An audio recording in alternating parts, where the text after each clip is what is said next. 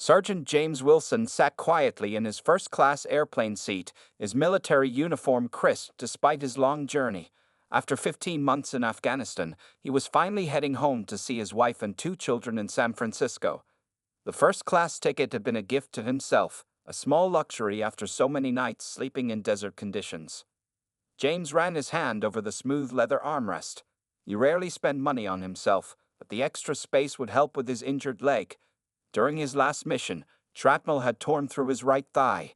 The doctors had removed most of it, but walking still caused him pain, especially on long days like today. "Can I get you something to drink before takeoff, sir?" asked the flight attendant, a young woman with a kind smile. "Just water, please," James replied. He checked his watch.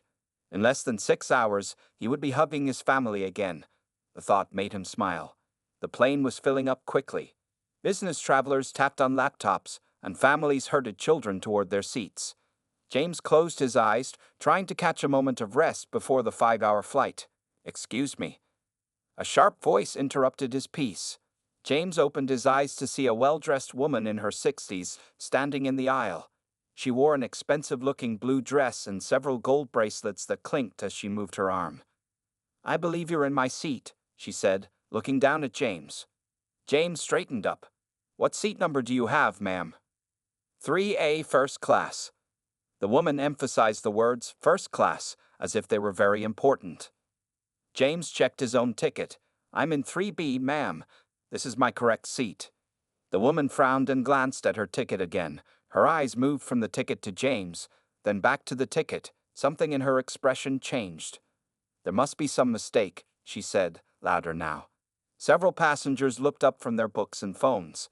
"I specifically requested a window seat in first class." "I understand," James said calmly, "but my ticket says 3B. That's this seat." The woman's lips tightened. She raised her hand to get the attention of a passing flight attendant. "Excuse me," she called. "I need some help here." The same kind flight attendant who had offered James water came over. "How can I help you?" The woman pointed at James. "There seems to be a confusion with the seating arrangement. I'm supposed to be in first class." "Both of you are in first class, ma'am," the flight attendant explained after checking both tickets. "This gentleman is in 3B, and you're in 3A, the window seat right next to him." Instead of sitting down, the woman's frown deepened. "Is there another seat available? Perhaps in another row?" The flight attendant checked her tablet. "I'm sorry, but first class is fully booked today." James noticed other passengers watching now. An older man in the row behind them seemed particularly interested, his eyes sharp and observant. "I paid a lot of money for this seat," the woman said, her voice getting louder. "And I expected certain standards." James felt his face grow warm. He knew exactly what she meant, but he kept his expression neutral. Years in the military had taught him how to control his reactions. Behind them, the older man shifted in his seat. He wore a casual button-up shirt, but something about his posture suggested authority. He watched the situation closely, his eyes narrowing slightly as the woman continued to make a scene. Little did the woman know who was sitting just behind them, witnessing every word she said. The flight attendant, whose name tag read Lisa, took a deep breath. She had seen situations like this before, but always found them uncomfortable. "Ma'am, I understand your concern, but all first-class seats provide the same level of service and comfort," Lisa explained patiently. "And as I mentioned, we're fully booked today." The woman glanced around the first-class cabin, her eyes lingering on an empty seat near the front. "What about that one?" she asked, pointing. "That seat belongs to a passenger who hasn't boarded yet," Lisa replied. "We're still waiting for a few more people." James remained silent, his hands resting calmly on his armrests. He had faced worse situations in war zones. This was unpleasant but not worth getting upset about. The woman finally sat down in seat 3A, keeping her body turned away from James as much as possible. She made a show of placing her designer handbag between them like a barrier. "Is there a problem with sitting next to me, ma'am?" James finally asked in a low, controlled voice. The woman adjusted her pearl necklace, not looking at him. "I simply prefer to sit with a certain type of passenger when I pay for first class." A few nearby passengers exchanged uncomfortable glances. In the row behind them, the older man leaned forward slightly. his attention now completely focused on the conversation. "And what type would that be?" James asked, still keeping his voice even. The woman finally turned to face him. "The type that actually belongs in first class," she said coldly. "Not someone who probably got an upgrade or a charity ticket." Several passengers gasped. Lisa, who had been helping another passenger, quickly returned. "Ma'am, that's inappropriate," Lisa said firmly. "All our passengers deserve respect." James smiled sadly. "Ma'am, I paid for this ticket with my own money. Money I earned serving this country." "Well," the woman sniffed, "the military must be paying better these days."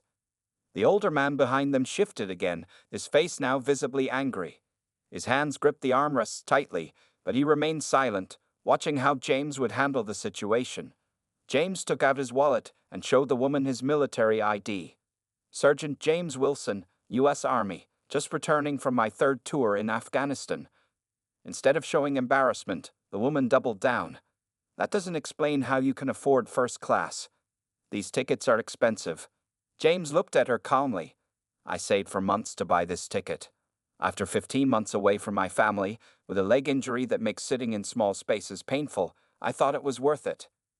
"Perhaps you'd be more comfortable in the military transport planes you're used to," the woman replied dismissively. The plane had finished boarding now. The captain announced they would be taking off soon and asked all passengers to prepare for departure. Lisa appeared again with the lead flight attendant, a tall man named Michael. "Is everything all right here?" Michael asked, looking between James and the woman. "This woman seems to have a problem sitting next to me," James explained. "Apparently, I don't fit her idea of a first-class passenger." Michael's expression hardened.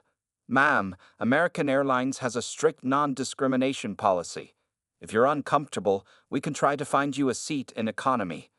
The woman's face flushed red. "Economy? I paid for first class." "Then I suggest you enjoy the first-class experience and treat your fellow passengers with respect," Michael said firmly. The older man behind them nodded in approval but still didn't speak. He reached for the flight magazine, pretending to read while continuing to listen carefully to every word. As the plane began to taxi toward the runway, the woman pulled out her phone, ignoring the instructions to put it in airplane mode. "I'll be filing a complaint about this," she muttered, typing furiously. Little did she know, the real storm was just about to begin. "Ma'am, you need to put your phone in airplane mode now," Michael said firmly as the plane continued to taxi. The woman grudgingly complied, shooting another cold look at James before turning to stare out the window. The man seated directly behind them closed his magazine and leaned back in his seat. His name was General Robert Thompson, though he wasn't wearing his uniform today. After 40 years of military service and now 3 years into retirement, he preferred comfortable civilian clothes when traveling. Only the small American flag pin on his jacket hinted at his background. General Thompson had been watching the situation unfold with growing anger. As the plane took off, he thought about the best way to handle this. Direct confrontation wasn't always the answer. Sometimes, patience revealed better opportunities. 20 minutes into the flight, the seatbelt sign turned off with a soft ding. The woman immediately pressed the call button.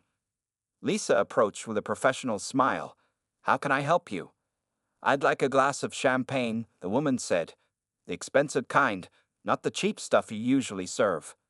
Lisa nodded politely. "Of course. And for you, sir?" she asked, turning to James. "Just water is fine, thank you," James replied. As Lisa walked away, the woman turned to James with a smug expression. "That's another difference between people who belong in first class and those who don't. We know how to enjoy the finer things." James simply smiled. "I don't drink alcohol on flights.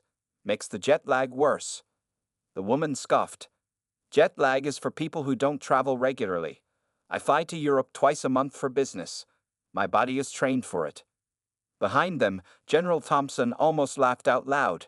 If anyone knew about jet lag, it was military personnel who crossed multiple time zones during deployments with little recovery time. Lisa returned with a champagne flute for the woman and water for James. As she placed the drinks on their trays, the plane hit a small patch of turbulence. The champagne sloshed over the rim, spilling several drops onto the woman's expensive blue dress. "Look what you've done," the woman snapped at Lisa. "I'm so sorry, ma'am," Lisa apologized, quickly offering napkins. It was the turbulence. You should have been more careful, the woman insisted, dabbing at her dress. This is silk, and it costs more than you probably make in a week. Lisa remained professional, but her smile became strained. I apologize again, ma'am. Would you like another glass? Of course I would, the woman replied sharply. General Thompson had seen enough. He pressed his own call button. Michael appeared this time. Yes, sir? I'd like to speak to the captain when he has a moment, General Thompson said quietly. It's regarding a situation in the cabin. Michael looked concerned. Is everything all right, sir? Not exactly, General Thompson replied, keeping his voice low. But it's not an emergency. Just a matter that needs attention. Michael nodded. I'll let him know. James had heard the exchange but didn't turn around, keeping his focus on the in-flight magazine he was reading.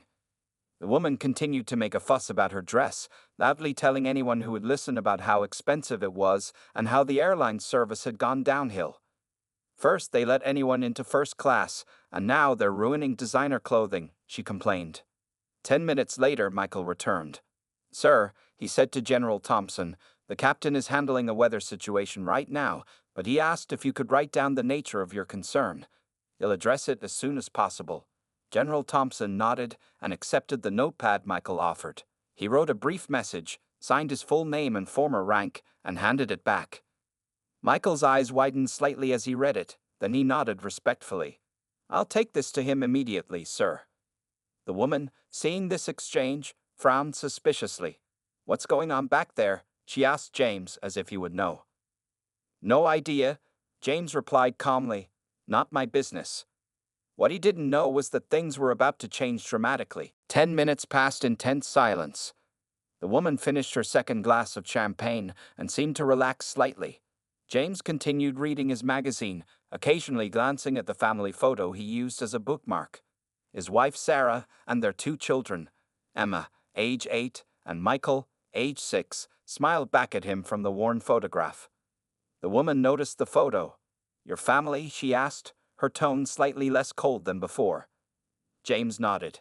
Yes, haven't seen them in 15 months. For a moment, something like sympathy flickered across the woman's face. That's a long time. Too long, James agreed quietly. The brief moment of connection was broken when Michael returned, accompanied by a man in a pilot's uniform. The captain was in his early 50s with salt and pepper hair and a confident presence that immediately commanded attention. Good afternoon, the captain said, addressing the first-class cabin but looking directly at General Thompson. I'm Captain Davis. I understand there's a situation I should be aware of. General Thompson stood up. Even in civilian clothes, his military bearing was unmistakable. Captain, I prefer to discuss this privately, he said. The woman turned in her seat, her curiosity evident as she studied General Thompson. She seemed to sense that this had something to do with her earlier behavior. Captain Davis nodded. Of course. Would you mind joining me near the galley for a moment? General Thompson followed the captain to the front of the first-class cabin. They spoke in low voices, but their serious expressions told everyone this wasn't a casual conversation. The woman shifted uncomfortably in her seat. What do you think that's about? She asked James, her tone almost friendly now. Not sure, James replied, though he had begun to suspect. A few minutes later, Captain Davis returned to stand in the center of the first-class cabin. His expression was serious as he addressed all the passengers. Ladies and gentlemen, it has come to my attention that we have a distinguished passenger with us today. Sergeant James Wilson is returning home after his 3rd tour in Afghanistan. James looked up in surprise as all eyes turned to him. Sergeant Wilson, Captain Davis continued, on behalf of American Airlines and as a former Air Force pilot myself, I want to thank you for your service and sacrifice. A round of applause broke out among the passengers. James nodded in acknowledgement, clearly uncomfortable with the attention. The woman beside him had gone very still, her face flushing red. But Captain Davis wasn't finished. We also have the honor of having General Robert Thompson on board with us today. General Thompson stood, nodding politely at the surprised murmurs from the other passengers. For those who may not be aware, Captain Davis explained, General Thompson led Operation Desert Shield and has been awarded numerous commendations for his service, including the Medal of Honor. He recently retired after 40 years of distinguished military service. The applause was even louder this time. Several passengers stood up to show their respect. General Thompson has brought something to my attention that I feel needs to be addressed. Captain Davis continued, his tone becoming more serious. On this aircraft, we respect all our passengers regardless of their background, race, or profession. Military personnel like Sergeant Wilson not only deserve our respect but our gratitude. The woman sank lower in her seat, avoiding eye contact with everyone. I understand there was an incident before takeoff that made one of our heroes feel unwelcome, Captain Davis said. That is completely unacceptable on my aircraft. He looked directly at the woman now. Ma'am, I've been informed of your comments toward Sergeant Wilson. If you can't treat your fellow passengers with respect, I'll arrange for you to be seated elsewhere upon our arrival. We have a 4-hour flight ahead of us. I suggest you use this time to reflect on the freedoms you enjoy because of the sacrifices made by the men and women in uniform. The cabin fell completely silent. The woman's face had turned from red to pale. She stared down at her hands, unable to look at either James or the other passengers who were now watching her with open disapproval. General Thompson remained standing, his eyes locked on the woman, waiting to see what would happen next. After Captain Davis returned to the cockpit, the first-class cabin remained uncomfortably quiet. The woman kept her eyes fixed on her lap, her fingers nervously twisting her pearl necklace. Several passengers nearby whispered to each other, occasionally glancing at her with disapproval. James finished his water and closed his eyes, trying to catch some sleep before landing. Despite the uncomfortable situation, he felt a sense of peace knowing he would soon be home with his family. General Thompson returned to his seat but continued watching the situation closely. He had seen this kind of prejudice many times during his long military career. Sometimes addressing it publicly was necessary to create change. 20 minutes passed in silence before the woman finally spoke, her voice barely audible. I owe you an apology, she said to James. James opened his eyes and turned to face her. He didn't speak, giving her space to continue. My behavior was inexcusable, she admitted, her voice shaking slightly. I made assumptions about you that were wrong. James nodded but remained silent. The woman seemed genuinely uncomfortable, but he wasn't sure if she was truly sorry or just embarrassed about being called out.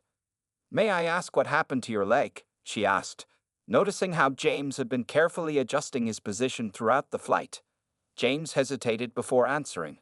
Our convoy hit an IED, an improvised explosive device. 3 of my men didn't make it. I was lucky. The woman's eyes widened. I'm so sorry. They were good soldiers, James said quietly. One of them was only 19, his first deployment. Something changed in the woman's expression. The cold mask she had worn earlier cracked completely, revealing genuine emotion underneath. My son wanted to join the military, she said unexpectedly. I fought against it. I thought it wasn't.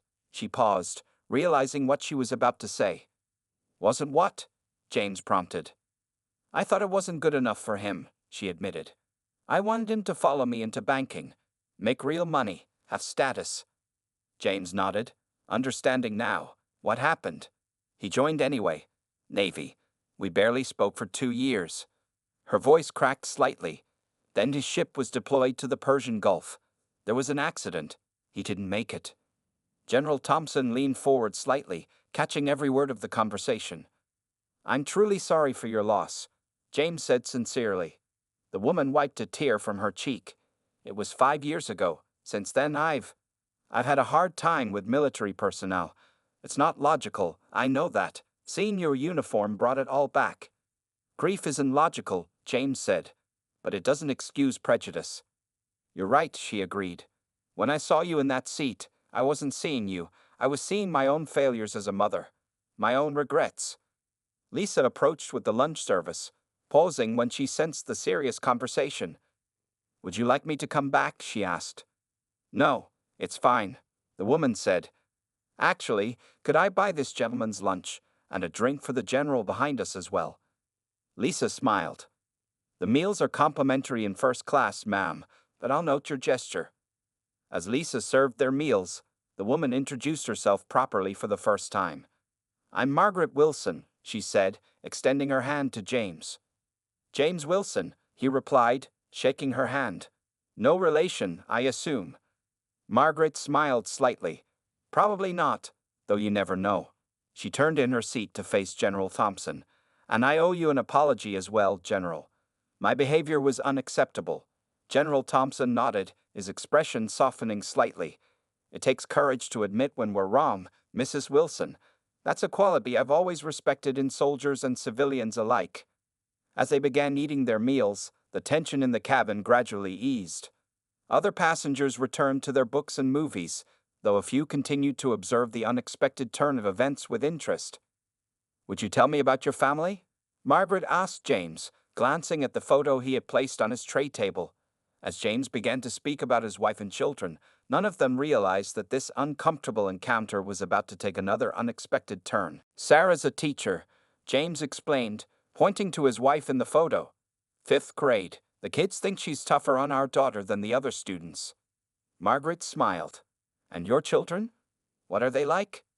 "Emma is 8, smart as a whip and stubborn as they come. Michael is 6 and loves anything with wheels," James said, his face lighting up as he talked about his family. "They were so small when I left for this tour. I missed so much." As James and Margaret continued their conversation, General Thompson noticed something happening a few rows back. A young man in his 20s was recording them with his phone. The general frowned, concerned about where this video might end up. "Excuse me," General Thompson said, standing up and approaching the young man. "May I ask what you're doing?" The young man looked up, startled. "Oh, I'm sorry, sir. I'm Tyler Reed. I work for the San Francisco Chronicle. I'm not on duty, but this seemed like an important moment." "You're a reporter?" General Thompson asked, his expression guarded. "Yes, sir. I cover human interest stories," Tyler explained. "I recorded the initial confrontation and now this conversation. It's a powerful example of how people can overcome prejudice through honest dialogue." General Thompson's frown deepened. "Did you get permission from the people you're recording?" Tyler had the grace to look embarrassed. "Not exactly, but it's a public space and—" "These are private citizens having a personal conversation," General Thompson interrupted. "And Sergeant Wilson just returned from a combat zone. He deserves privacy, not publicity." Lisa, who had overheard the exchange, came over. "Sir, recording other passengers without consent is against our airline policy. I'll need to ask you to delete that footage." Tyler looked disappointed but nodded. "I understand. It's just such a powerful story." General Thompson considered for a moment. Perhaps there's a compromise. If both Sergeant Wilson and Mrs. Wilson consent, maybe a different approach would work. He returned to the first-class cabin and quietly explained the situation to James and Margaret. "A news story?" James looked uncomfortable. "I'm not looking for attention." Margaret seemed equally hesitant. "My initial behavior was terrible. I wouldn't want that made public." General Thompson nodded. "I agree, but there might be value in sharing what happened after, how two people moved past a difficult moment through conversation and understanding." James thought about it. If it could help others see past their prejudices, maybe it's worth considering. Margaret looked surprised. "You'd be willing to do that? Even after how I treated you?" "Especially because of that," James said. "It shows people can change." General Thompson suggested they invite Tyler to join their conversation. When Tyler came forward, he apologized sincerely for recording without permission. "I got caught up in the moment," he admitted. "But your story is important. Would you consider letting me write about it, with your approval on the final piece?" James and Margaret exchanged looks, then nodded. "On one condition," James said. "The focus shouldn't be on the conflict, but on what came after, the understanding." "And no last names or identifying details," Margaret added. Tyler agreed eagerly. "Absolutely. I can write it as a human interest piece about connection across differences. No sensationalism." As Tyler took notes about their conversation, a voice came over the intercom. It was Captain Davis again. "Ladies and gentlemen, we'll be beginning our descent into San Francisco in about 30 minutes. Weather looks clear, and we expect an on-time arrival." James looked out the window, excitement building. After 15 months away, he was just minutes from being back on American soil, hours from holding his family. Margaret noticed his expression. "They're meeting you at the airport." "Yes," James smiled. "Sarah promised to bring the kids, even though it'll be past their bedtime." What none of them realized was that Sarah had done much more than just bring the children to the airport. The welcome waiting for James would be far bigger than he could imagine. The plane touched down smoothly at San Francisco International Airport. As it taxied toward the gate, James felt his heart beating faster. After 15 months in a war zone, he was finally home. "Nervous?" Margaret asked, noticing how he gripped the armrests. "A little," James admitted. "My kids have grown so much since I left. My son barely remembered me during our video calls these last few months." Margaret placed her hand briefly on his arm. "Children are resilient. Give them time, and they'll remember." When the seatbelt sign turned off, Captain Davis made one final announcement. "Ladies and gentlemen, I'd like to ask for your patience. We have a returning soldier aboard who deserves to deplane first. Sergeant Wilson, on behalf of all of us at American Airlines, welcome home." James felt his face grow warm as passengers applauded. He stood carefully, mindful of his injured leg, and nodded his thanks to the captain. "It was an honor meeting you," Margaret said, extending her hand. "I hope you can forgive my earlier behavior." "Already forgotten," James replied, shaking her hand. General Thompson stepped forward. "Sergeant Wilson, I'd like to walk with you, if that's acceptable." James straightened instinctively. "It would be an honor, sir." As James made his way to the exit, passengers reached out to shake his hand or pat his shoulder. Some simply said thank you, while others stood in silent respect. Tyler, the reporter, watched from his seat, taking notes but respecting his promise not to photograph the moment. When James reached the door, Lisa handed him his small carry-on bag. "Your family is waiting for you," she said with a smile, "and I think you'll be surprised." James stepped into the jetway with General Thompson beside him. As they approached the terminal, James could hear something unusual, music playing and what sounded like many voices. "What's going on?" he asked, confused. General Thompson smiled. "I believe your wife may have planned something special." When they emerged into the terminal, James stopped in amazement. The entire gate area was filled with people. In front stood his wife Sarah, holding their son Michael in her arms while Emma bounced excitedly beside her. But they weren't alone. At least 50 people stood behind them, many holding American flags and welcome home signs. Some wore military uniforms, others civilian clothes. James recognized members of his unit who had returned home earlier, neighbors from his street, teachers from his children's school, and even some people he didn't know. A small band made up of local high school students played "Coming Home," and someone had hung a large banner that read, "Welcome home, Sergeant Wilson, our hero." "Sarah, what did you do?"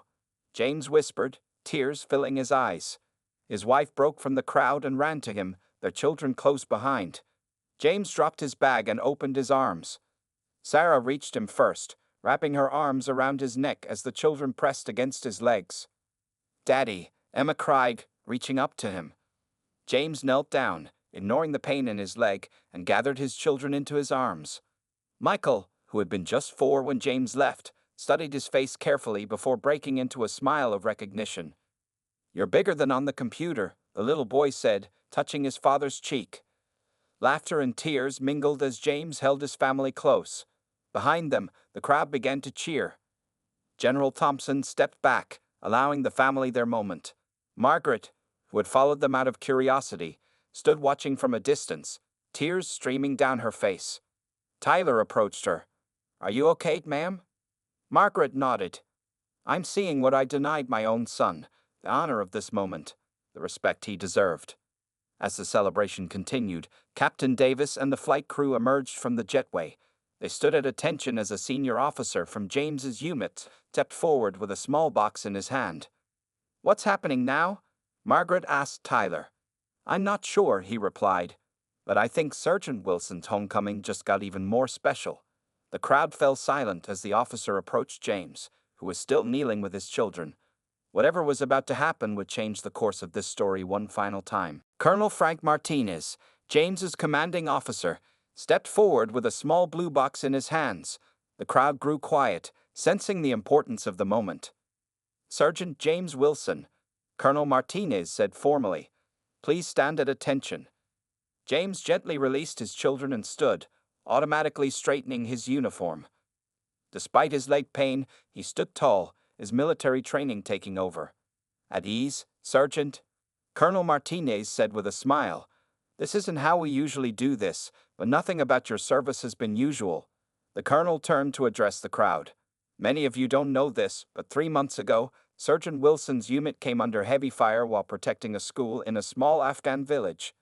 Despite being injured himself, Sergeant Wilson carried 2 wounded soldiers to safety and then returned under fire to evacuate 15 children and their teachers."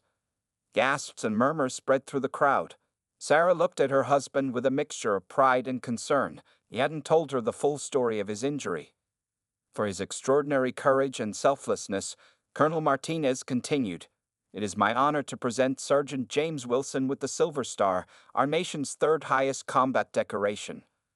The colonel opened the blue box, revealing the Silver Star medal hanging from a red, white, and blue ribbon. James stood frozen in surprise as Colonel Martinez pinned the medal to his uniform. "Thank you, sir," James said quietly, "but I was just doing my job."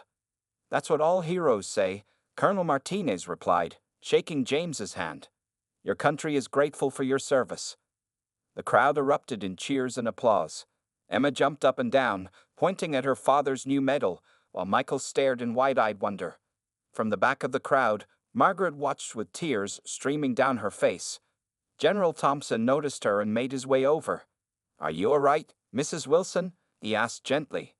"My son," she said through her tears. "He might have had a moment like this. I never understood what it meant to serve until today." General Thompson nodded. "It's never too late to honor his memory by supporting others who serve." "How do I do that?" Margaret asked. "There are many ways," the general replied. "Military family support organizations always need help. Or you could start by just thanking a service member when you see one." As the ceremony concluded, James was surrounded by well-wishers. Tyler, the reporter, took notes from a respectful distance, capturing the emotion of the moment without intruding. Sarah noticed Margaret standing back from the crowd and approached her. "You're the woman from the plane, aren't you?" Margaret nodded nervously. "Yes, I behaved terribly toward your husband." To her surprise, Sarah smiled. "James told me what happened in his text message. He also told me how you talked afterward, that you lost your son." 5 years ago, Margaret confirmed. "Navy." Sarah took Margaret's hand. "Then you understand the sacrifice better than most. Would you like to join us? We're having a small gathering at our home." Margaret was stunned by the invitation. "After how I treated your husband, you would welcome me." James said you had an honest conversation. "That's all any of us can do when we make mistakes, acknowledge them and try to do better," Sarah explained. "Besides, you're part of the military family too. You gave your son to this country." As the crowd began to disperse, James approached with his children. "Everything okay here?" he asked, noticing Margaret. "I've invited Mrs. Wilson to join our celebration," Sarah explained. James smiled. "Good idea. General Thompson is coming too." Later that evening, in the Wilsons' modest home filled with friends and family, Margaret found herself sitting next to General Thompson, watching James play with his children. "I never thought the day would end like this," she admitted. "The best journeys often take unexpected turns," the general replied. "The important thing is learning along the way." When Tyler's article appeared in the San Francisco Chronicle the following week, the headline read, "From Conflict to Connection, How a Flight Confrontation Became a Lesson in Understanding." The story spread quickly online, touching thousands of readers. And 2 months later, when Margaret Wilson launched a foundation to support military families in her son's name, James was there beside her at the opening ceremony, his silver star gleaming on his chest, a reminder that behind every uniform is a human story worth knowing.